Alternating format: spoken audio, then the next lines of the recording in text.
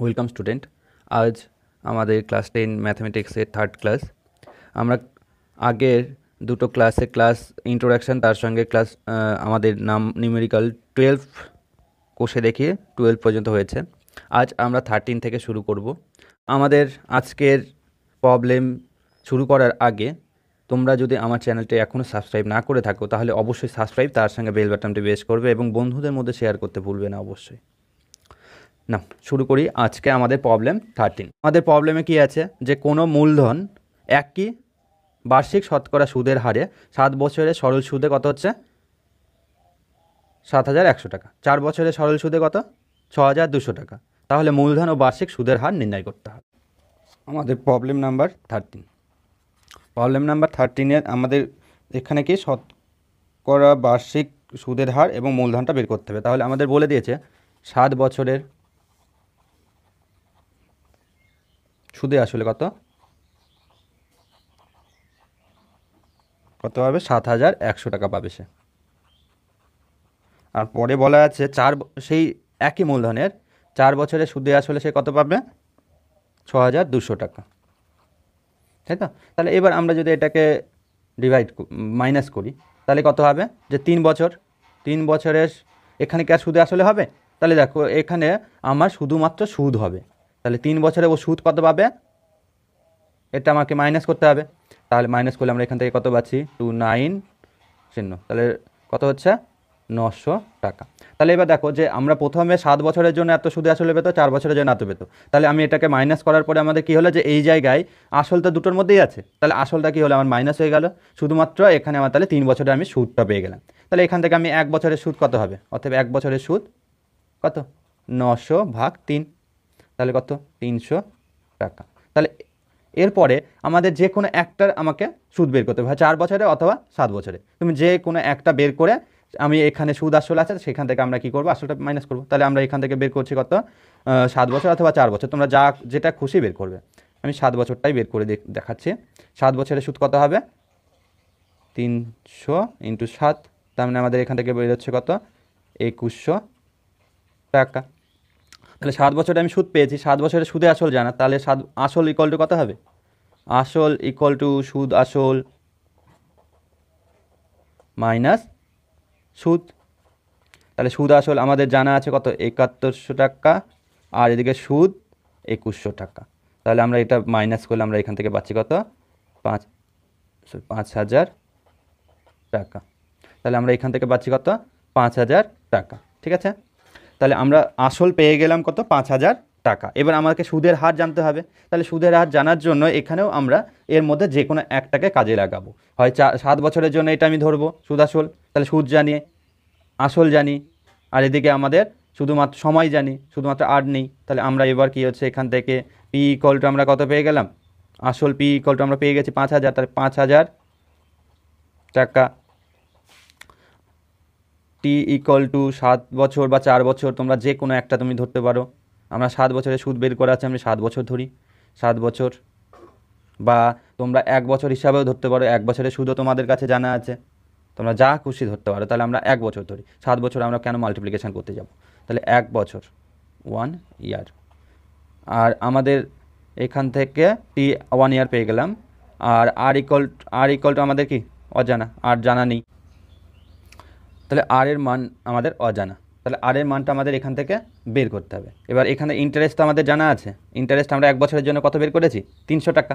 তাহলে I equal two 300। তাহলে এবার আমরা জানি I equal to P R T by 100। তাহলে আমাদের পি ভ্যালু আমরা এখানে কত 5,000, আর এর ভ্যালু আমাদের অজানা,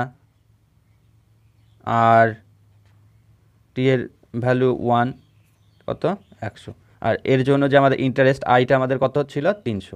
তাহলে এটা ইকুয়াল টু 300, বা 300 ইকুয়াল টু এটা একই ব্যাপার। তাহলে আমাদের এখানে দুটো শূন্য কাটলো, তাহলে এখান থেকে আমাদের কত হচ্ছে 50। তাহলে উপরে একটা শূন্য কেটে দিলাম, 5 দিয়ে 5 6 30, অতএব আর ইকুয়াল টু আমাদের কত 6%, তাই তো? তাহলে আমাদের আসল আমরা বের করেছি, তার সঙ্গে আমরা কি করলাম যে আমাদের সুদের হারও বের করলাম। তাহলে আমাদের এখানে এই প্রবলেমে আমাদের চেয়েছিল মূলধন ও বার্ষিক শতকরা সুদের হার কত। তাহলে মূলধন কত ছিল ওর 5,000 টাকা এবং বার্ষিক সরল সুদের হার 6%। ঠিক আছে, তাহলে এরপরে আমাদের 14 নম্বর প্রবলেমটা আমরা যদি দেখি, 14 নম্বর প্রবলেমে আমাদের কি আছে, 14 নম্বর প্রবলেমে আমাদের আছে দেখো যে এখানে এক ব্যাংকে এবং পোস্ট অফিসে ও 2,000 টাকা জমা রাখলো। 3 মাস পরে ও কী করলো যে সুদসহ যথাক্রমে 2360 টাকা এক জায়গা থেকে 2480 টাকা ও ফেরত পেলো। ব্যাংক ও পোস্ট অফিসে বার্ষিক সরল সুদের হারের অনুপাত নির্ণয় করতে হবে। 14 নম্বরে আমাদের কি বলেছে, 14 নম্বরে আমাদের বলে দিয়েছে 2,000 টাকা ও ব্যাংকে জমা রাখে, ব্যাংক এবং পোস্ট অফিস। আমি ব্যাংকের ক্ষেত্রে এবার যদি ধরি, আমি ব্যাংকের ক্ষেত্রে ধরছি, তাহলে এখানে ও কী করলো যে পশুপতি 2,000 টাকা ব্যাংক এবং পোস্ট অফিসে রেখেছে। 3 বছর পরে ওরা যথাক্রমে ব্যাংক এবং পোস্ট অফিস থেকে 360 টাকা এবং 280 টাকাও ফেরত পাই। তাহলে এবার আমাদের এখানে আমরা কি জানি যে I = PRT/100। এবার ব্যাংকের ক্ষেত্রে আমার আয়টা কত হয়, ব্যাংকের ক্ষেত্রে সুদ আসল পেয়েছে কত 3 বছর পরে 2360 টাকা, আর আসল জমা দিয়েছিল 2,000 টাকা। তাহলে ওর ইন্টারেস্ট কত, সুদ আসল মাইনাস আসল, তাহলে এখান থেকে 360 টাকা। আর ওর পিটা আমার কত 2,000 আছে, 8টা আননোন, পিটা আমার কত 3, পিটা আমার আছে কত 3, পিটা আছে আমার 3। তাহলে এখান থেকে আমাদের কি হচ্ছে 3 আর একটা গুণ থাকছে, তাহলে 3। তাহলে এখান থেকে আমাদের কী হলো যে এখান থেকে আসলো 360, এখান থেকে 20 × 3 × 8। তাহলে এবার 20-এর একটা শূন্য কাটলো, এদিকে 360-এর 2 দিয়ে কাটলাম 18, 3 দিয়ে যদি কাটি তাহলে আমার কত হবে 6। তাহলে R = কত 6%। তাহলে এটা ব্যাংকের ক্ষেত্রে। এবার আমি যদি পোস্ট অফিসের ক্ষেত্রে আমি দেখি, পোস্ট অফিসের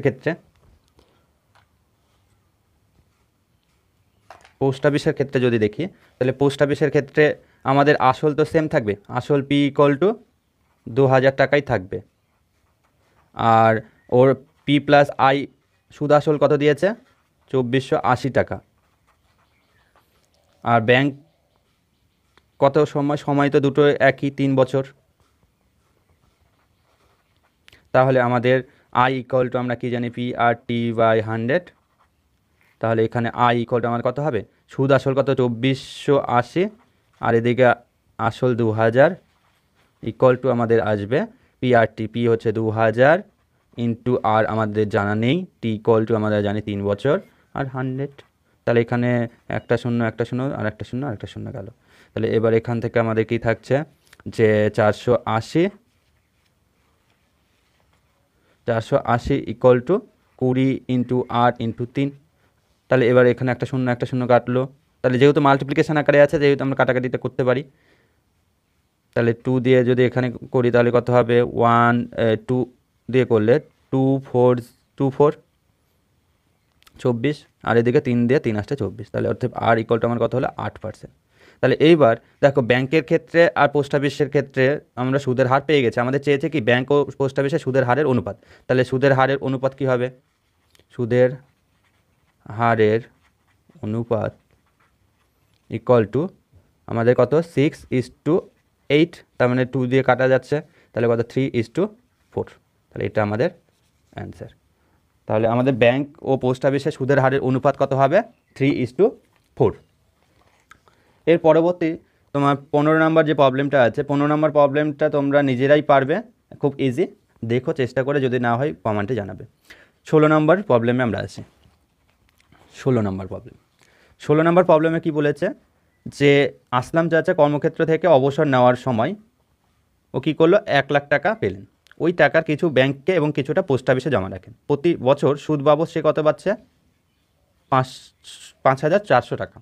ব্যাংকে ও পোস্ট অফিসে বার্ষিক সরল সুদের হার যদি 5%, 6% হয়, তিনি কোথায় কত টাকা রেখেছিলেন। তাহলে ও কী করলো যে ব্যাংকে কিছু টাকা রেখেছে, তাহলে ওর টোটাল যে মোট মূলধন কত দিয়ে দিয়েছে, মোট মূলধন ওর আছে 1 লাখ টাকা। এবার সেখান থেকে কিছুটা ব্যাংকে রেখেছে, কিছুটা পোস্ট অফিসে রেখেছে। ব্যাংকে রেখেছে X টাকা, তাহলে পোস্ট অফিসে কত রাখবে, পোস্ট অফিসে ও রেখেছে কত, টোটাল তো আমার এটা ফিক্সড, তাহলে এখানে 1 লাখ টাকা তো ওর ফিক্সড, আর X টাকা যদি পোস্ট অফিসে রাখে তাহলে এই বাকি টাকাটা ও কী করবে পোস্ট অফিসে রাখবে। এবার আমার ব্যাংকের ক্ষেত্রে আর পোস্ট অফিসের ক্ষেত্রে আমি সুদের হারটা আমরা বের করব।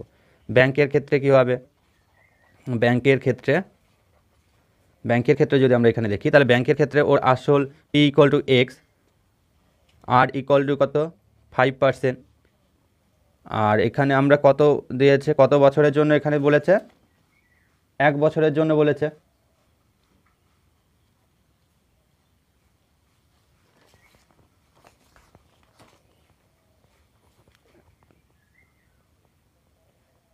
আর টি ইকুয়াল টু আমাদের কত 1 বছর।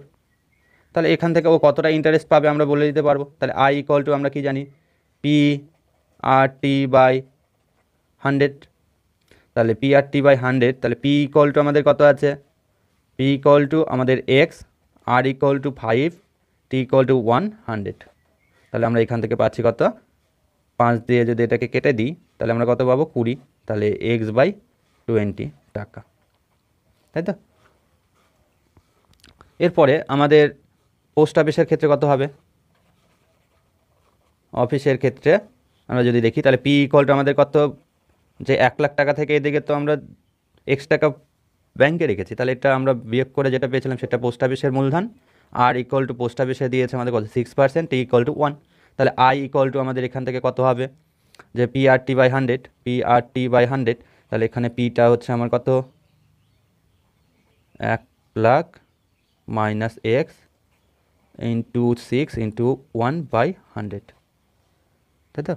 এবার এখানে তোমরা এটাকে কাটার ফলে আমাদের একটু ক্যালকুলেশানে জটিল হবে। আমরা যদি এখানে না কাটি, এটাকে না কাটি, এখানে 5 দিয়ে কাটলাম না কাটলে আমরা এখানে কি পেতাম, যে 5x/100 টাকা, তাই তো। এটা আমরা এখানে এটা কাটবো না, এই যে কেটেছি 5 দিয়ে, এটা কাটবো না, ঠিক আছে। এটা না কাটলে আমরা কি পাবো, 5x/100 টাকা। তাহলে আমাদের পরেও 100 নিচে থাকবে, তাহলে আমাদের যোগ করতে সুবিধা হবে।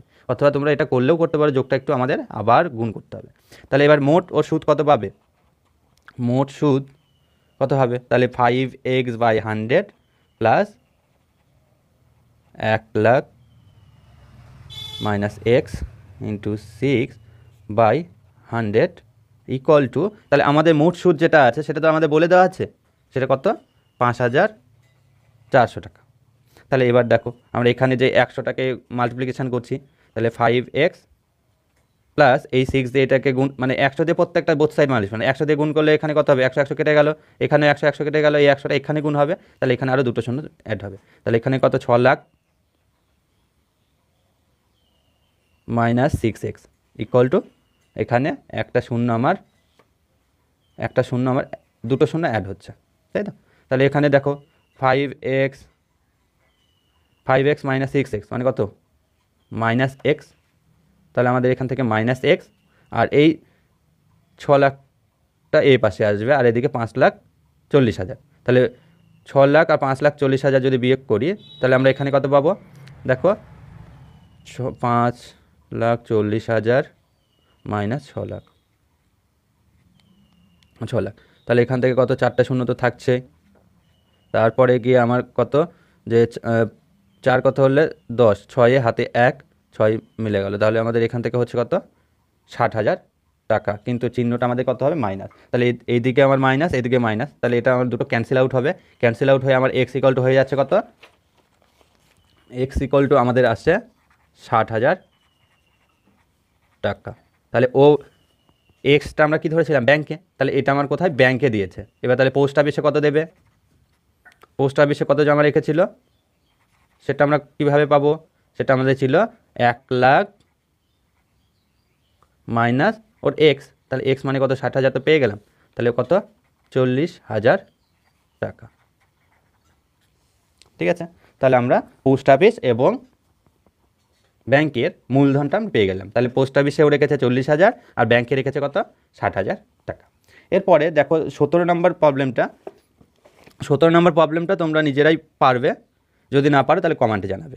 এবার আমরা আসি 18 নম্বর প্রবলেমে। 18 নম্বর প্রবলেমে দেখো যে কোনো ব্যাংক বার্ষিক 5% হারে সরল সুদ দেয়, তাহলে ওই ব্যাংকে দীপ্পুবাবু বছরে প্রথমে 15,000 টাকা জমা দেয়, 3 মাস পরে 3,000 টাকা তুলে নেয়, টাকা তুলে নেওয়ার 3 মাস পরে আবার 8,000 টাকা জমা দেয়। তাহলে ওই বছরের শেষে সুদে আসলে কত টাকা পাবেন নির্ণয় করব। তাহলে আমাদের এখানে 18 নম্বরটা ইম্পর্টেন্ট, এটা দেখবে ভালো করে। তাহলে 18 নম্বর অঙ্কে আমরা কি দেখছি, যে সরল সুদ হার কত, আর ইকুয়াল টু কত দেওয়া আছে 5%, আর ইকুয়াল টু আমাদের কত দেওয়া আছে 5%। এর সঙ্গে আমাদের যে মূলধন 15,000 টাকা যেটা দিয়েছে সেটা কত 3 মাস কাটবে, তাহলে 15,000 টাকা কত মাস কাটছে 3 মাস, তাহলে 15,000 টাকা, তাহলে আমি এখানে লিখতে পারি যে 15,000 টাকা কত খাটছে, টাকা খাটে ইকুয়াল টু 3 মাস। তাহলে 3 মাসকে আমরা যদি বছরে করে নিই তাহলে কত হবে 3/12 বছর, তাই তো। তাহলে 3/12 মানে কত 1/4, থাক পরে করলেও হবে ওটা। তারপরে এবার কি বললো যে 3 মাস পরে ও কী করলো 3,000 টাকা তুলে নিল, তাহলে 3 মাস পরে 3,000 টাকা তুলে নিলে ওর কত পড়ে থাকলো 15,000 মাইনাস 3,000, এত টাকা, এত বা কত হলো আমার এটা 12,000 টাকা। এই টাকাটা কত খাটে, কত সময়ের জন্য খাটে, খাটে 3 মাস, কারণ পরে 3 মাস পরে আবার যোগ করেছে, তাহলে 3 মাস ইকুয়াল টু কত 3/12 বছর। এরপরে 3 মাস পরে ও কী করলো 8,000 টাকা আবার জমা দিয়েছে, তাহলে এখন ওর কত আছে 12,000, সেখানে আবার 8,000 টাকা ও জমা দিল, 8,000 টাকা জমা দিল, তাহলে কত হলো 8,000 12,000 20,000 টাকা খাটবে কত পরে, তাহলে টোটাল ও বলেছে 1 বছর খাটবে, তাহলে এদিকে তো আমার 3 মাস প্রথমে কত 15,000 খাটলো, তারপরে আমার 12,000 টাকা 3 মাস কাটলো, তার মানে কত 6 মাস তো আমার বছরের মধ্যে হয়ে গেছে, তাহলে বছরে আর কত বাকি থাকলো 6 মাস, তাহলে এই যে 20,000 টাকা সেটা কাটবে কত কত মাস 6 মাস, 6 মাস কাটছে এটা কত 20,000, তাহলে 6 মাসকে আমরা বছরে করবো, তাহলে 6/12 বছর।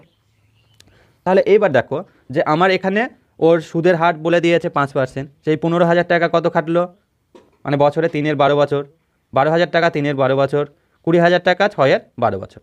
তাহলে আমরা এখানে প্রত্যেকটা ইন্ডিভিজুয়াল 15,000-এর জন্য এত টাকার কত সুদ দেবে, 12,000 টাকায় কত সুদ দেবে, 20,000 টাকায় কত সুদ দেবে, সেই সুদটা আমরা বের। তাহলে আমরা বছরে মোট সুদ কত হবে, বছরের মোট সুদ আই ইকুয়াল 15,000 টাকা 3 মাসে যেটা হচ্ছে সেটাকে আমরা I1 বললাম, এবার 12,000 টাকা 3 মাসের জন্য সেটাকে I2 বললাম, এবার এখানে হচ্ছে 20,000 টাকায় 6 মাসে সেটাকে আমরা বলছি I3। তাহলে এই তিনটা সমষ্টিটাই হবে কি মোট সুদ, মোট সুদ। তাহলে মোট সুদ এবার I1 ইকুয়াল টু আমাদের তাহলে কী হবে PRT/100, তাহলে পিটা আমাদের কত আছে 15,000 ইন্টু 8টা আমাদের 5%, টিটা কত 3/12/100 প্লাস I2 আমাদের কত 12,000 into 5 into 3/12/100 plus 20,000 into 5 into 6/12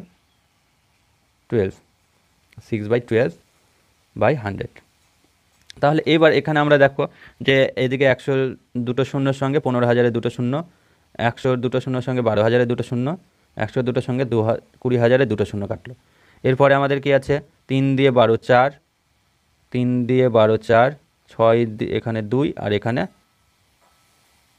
4, তাহলে আমাদের এখান থেকে পড়ে থাকছে দেখো যে প্রথমটা থেকে 5 15 75 750/4, পরেরটা থেকে 5 12 60 600/4, তারপরেরটা থেকে আমাদের পড়ে থাকছে হচ্ছে 200 ইন্টু 5 ইন্টু 2, তার মানে এখান থেকে 2,000/4, তাই তো।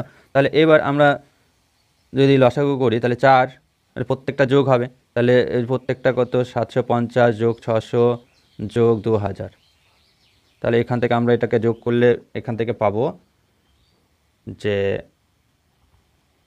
দেখো প্রথমে কত আছে, প্রথমে তো শূন্য থাকলোই, শূন্য, তারপরে আমাদের 5, তারপরে এদিকে যে 5 6 13 3 হাতে 1, তার মানে 33/50/4, তাহলে এটাকে আমরা যদি ভাগ করি তাহলে আমরা পাবো প্রথমে 4 আসলে 32,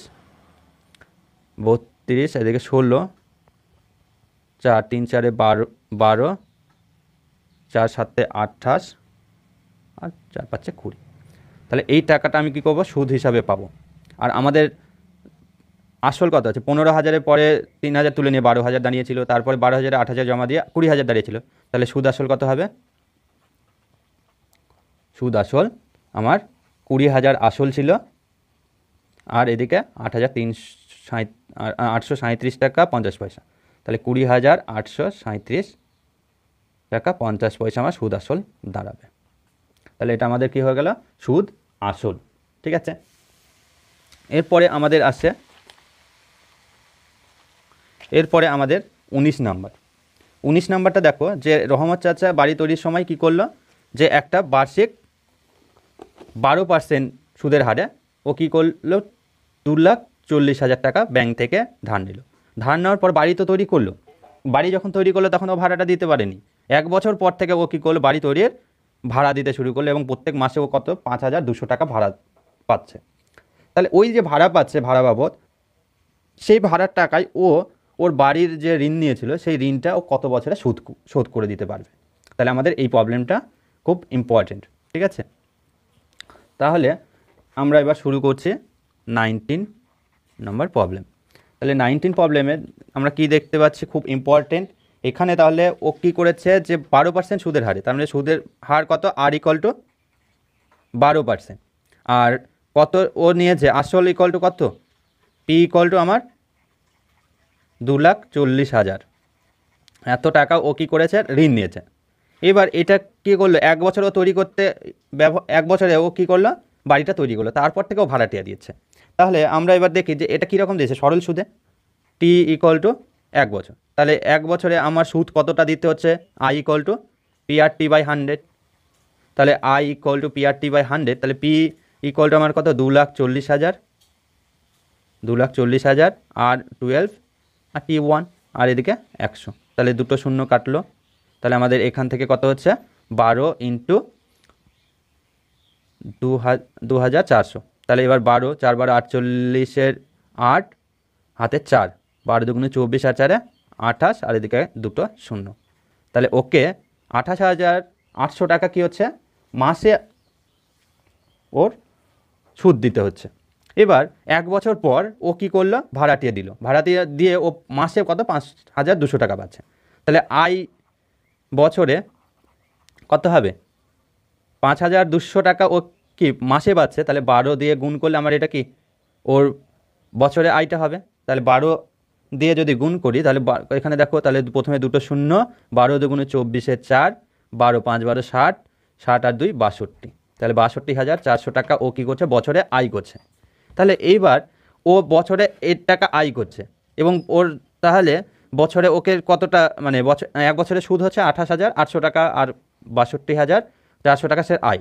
তাহলে ও বছরে জমা দিতে পারছে কত, বছরে জমা দিচ্ছে কত, 62,400 মাইনাস 28,800 টাকা। তাহলে এই দুটো এবার বিয়োগ করলে আমরা এখান থেকে পেয়ে যাচ্ছি কত, যে 0 0 8 কত হলে 14, 6 হাতে 1, 9 কত হলে 12, 3 হাতে 1, 3 কত হলে 6 3। তাহলে 33,600 টাকা ও কী করলো, যে প্রত্যেক বছর শোধ করতে পারছেন। তাহলে ওকে শোধ করতে হবে কত টাকা, ওকে শোধ করতে হবে আমাদের যে আসলে ও ধার নিয়েছে সেই ধার টাকা প্লাস প্রথম বছরে তো ও কোনো শোধ করতে পারেনি, প্রথম বছরের সুদটাও তো জমা আছে। তাহলে প্রথম বছরের সুদ কত, 8,800 টাকা। তাহলে ওকে শোধ করতে হবে, মোট শোধ করতে হবে, মোট শোধ করতে হবে কত, যে 2,40,000 তো আছেই, তার সঙ্গে 28,800 টাকাটাও ওকে প্রথম বছরের সুদটাও ওকে দিতে হচ্ছে। তাহলে এখান থেকে আমরা এটাকে যোগ করলে আমরা পাচ্ছি,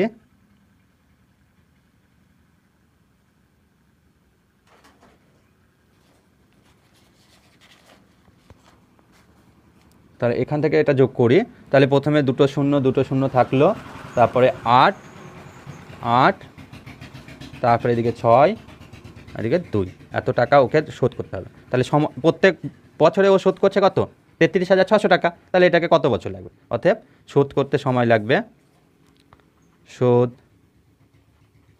করতে সময় লাগবে কত, 2,68,000 না 2,68,800 ভাগ 33,600 টাকাও কি মাসে করছে। তাহলে এইটা হচ্ছে কি প্রথম বছরের পর থেকে দিতে এত সময় লাগবে, আর প্রথম বছরটা তো আমরা ধরতে হবে। তাহলে প্রথম বছরটা আমার কত, আমার কাউন্ট যোগ। তাহলে এটাকে এবার যদি আমরা ক্যালকুলেশন করি, তাহলে এদিকে কাটবে 0 0, আর এদিকে তোমার এটাকে এবার 2 দিয়ে কেটে দাও, ছোট ছোট করে কাটো, 1 6 8, এদিকে 2 দিয়ে যদি এর উপরে কাটো তাহলে আমাদের কত হবে 1344। এইবার আমরা এটাকে একটু সিম্পলিফাই করে আমরা পরের পেজে নিয়ে যাচ্ছি, সময় লাগবে কত, যে 1344 ভাগ 168 প্লাস 1, তাহলে 1468। আবার এখানে আবার 2 দিয়ে আমরা কেটে দিই, তাহলে কত 84, 2 দিয়ে কাটলে 6 7 2। আবার এবার দেখো এটাকে 7 দিয়ে যদি আমি কাটি, 7 দিয়ে যদি আমরা কাটি তাহলে কত পাবো 12। 7 দিয়ে এটাকে 7 দিয়ে যদি এটাকে কাটি, 7 প্রথমে যাচ্ছে 7 7 49, 7 নং 63, তাহলে 9 4 6 7 42, তাহলে 96, তাহলে 8 12 কত 96 8, তাহলে কত হচ্ছে 8 যোগ 1 অর্থাৎ 9 বছর। তাহলে ও কত বছর পরে শোধ করবে, 9 বছর পরে শোধ করতে পারবে। এর পরের অঙ্কটা 20 নম্বরটাও খুব ইম্পর্টেন্ট। অঙ্কটা কি বলছে যে 20 নম্বর অঙ্কটা এবার দেখো, যে 20 নম্বর অঙ্কে বলছে কি রথিন বাবু তার 2 মেয়ের প্রত্যেকের জন্য ব্যাংকে এমনভাবে টাকা জমা রেখেছে যে প্রত্যেক মেয়ের বয়স 18 বছর হলে ওরা 1,20,000 টাকা করে পাবে। ব্যাংকে বার্ষিক সরল সুদের হার 10%। মেয়েদের বর্তমান বয়স 13 বছর ও 8 বছর। তাহলে প্রত্যেক মেয়ের জন্য ব্যাংকে কত টাকা জমা রেখেছিলেন হিসাব করতে হবে। তার মানে 18 বছর হলে পরে দুটো মেয়েরই ওরা টাকার পরিমাণ হয়ে যাবে কত 1,20,000। তাহলে এখন ওদের বয়স কত 13 বছর, আর একজনের বয়স কত 8 বছর। তাহলে প্রথম ক্ষেত্রে আমি যদি দেখি, আমি রাফলি করে দিচ্ছি, তোমরা এটা ডিটেলসে করবে। তাহলে প্রথম মেয়ের